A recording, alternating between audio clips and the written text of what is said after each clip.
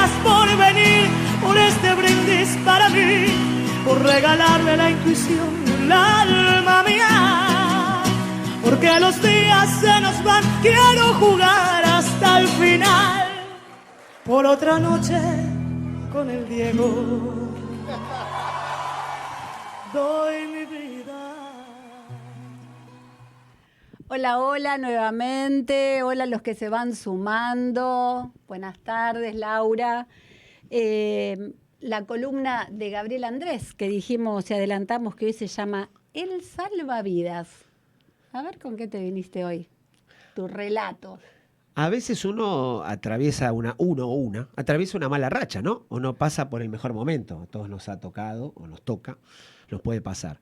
¿Y qué hacen ustedes? ¿Qué haces vos, Tere? ¿Qué hace la gente cuando tiene los días malos? Busca agarrarse de algo. Busca aferrarse a un salvavidas. Uh-huh. Y bueno, me puse a pensar en un hilo conductivo de generación, mi padre, yo y mi hijo, lo digo así por el orden cronológico, y algo que nos gusta a los tres, que bueno, es el deporte, y dentro del deporte algo que nos gusta mucho más, que es el fútbol. Entonces, ¿cómo utilizamos en ese momento el salvavidas nuestro, que era el fútbol? Puede ser cualquier otra cosa, ¿no? A lo que uno le guste, una pasión, algo que uno le guste para poder aferrarse. Por ejemplo, en el primero de los 3 capítulos, mis amigos y yo. A ver, recuerdo que el fútbol siempre estuvo presente en mi vida, como decía, y de pibe me refugiaba de mis problemas diarios jugándolo con mis amigos. Uh-huh.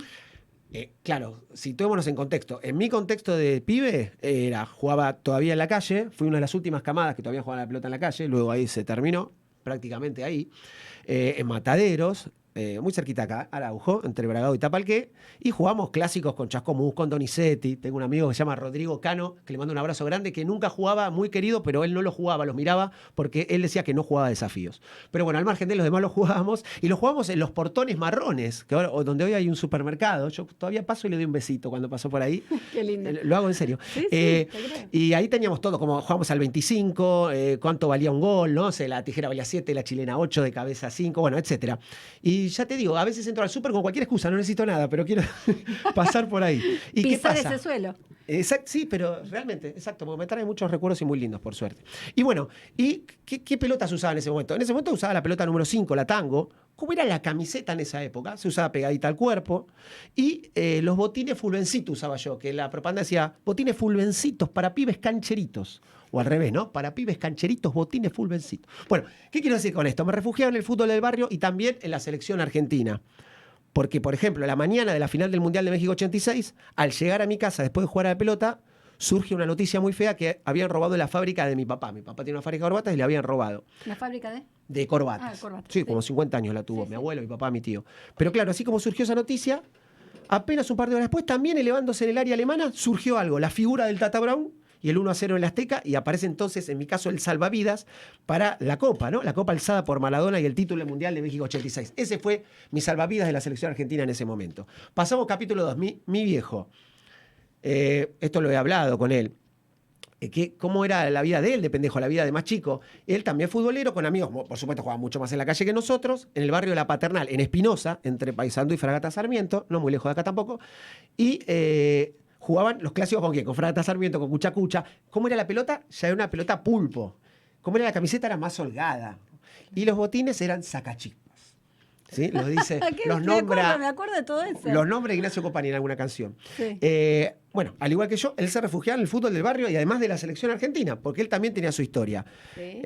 Su papá, o sea, mi abuelo, era muy cariñoso, un tipo muy carismático, pero ¿qué pasaba? Vendedor, viajaba mucho por las provincias, por otros países, y le tocaba a mi papá vivir esa ausencia de su propio padre, pero a su vez también la imponente presencia de la selección nacional, el por entonces llamado sudamericano, que luego se conoce como la Copa América, del año 1957. Le tocó un equipazo en Lima, Perú. Le tocó ver a Argentina golear a Brasil con Sívori rompiéndola toda, con Maschio, con Angelillo, y llenarse la boca de gol. Nuevamente llega al rescate este salvavidas. ¿Entienden la conexión? La obtención del sudamericano y campeones de América. Y paso al tercer capítulo, mi hijo.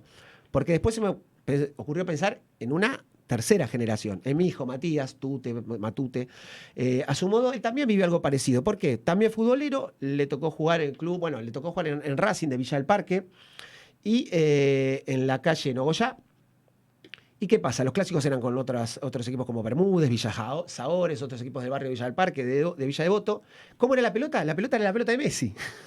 ¿Cómo era la camiseta? Otro estilo, antitranspirante, claro. Otro nivel, otra calidad. Y los botines topper. Entonces, un poco el paralelismo de trazar, según la época, las costumbres, pero siempre con un hilo conductivo del fútbol, y cómo el salvavidas era el fútbol a través de la selección argentina, porque al igual que lo hacíamos mi padre y yo, mi hijo se refugiaba en el fútbol del barrio y además en la selección argentina.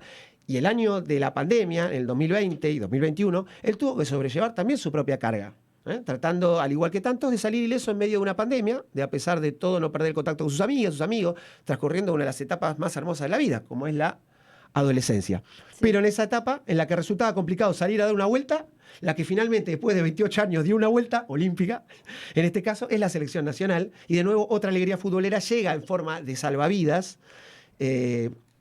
Argentina vuelve a conquistar América y Messi se saca la espina en tierras brasileras, después vendría finaliza Mundial y otra Copa América más. Pero el hecho es que ya sea en la Paternal, o en Perú, en Mataderos, o en México, en Villa Luro, en Villa Devoto, en Villa del Parque, o en Brasil, o en nuestros barrios, o en cualquier rincón del mundo, y ya sea con una pelota pulpo, o una tango, con la de Messi, con la que quieras, o la que sea que se nos ocurra patear, teniendo que lidiar con ausencias, robos, pandemias, o los problemas de turnos que se nos presenten, estemos en donde estemos, nos pase lo que nos pase, voy a que nuestras pasiones, gustos, artes, deportes, el fútbol en este caso, pueden ser ese salvavidas al que siempre podemos aferrarnos para no ahogarnos en las aguas del todo está perdido. No estamos viviendo precisamente los tiempos más calmos ni en nuestro país ni en el mundo. No vendría más mal que al menos otra alegría futbolera, por ejemplo, el año que viene, 2026, Mundial de Estados Unidos. ¿Quién te dice? La selección argentina no pudiera tirar un nuevo salvavidas. Dame fútbol, quiero fútbol. Pasión que nunca se agota. Dame fútbol, quiero fútbol.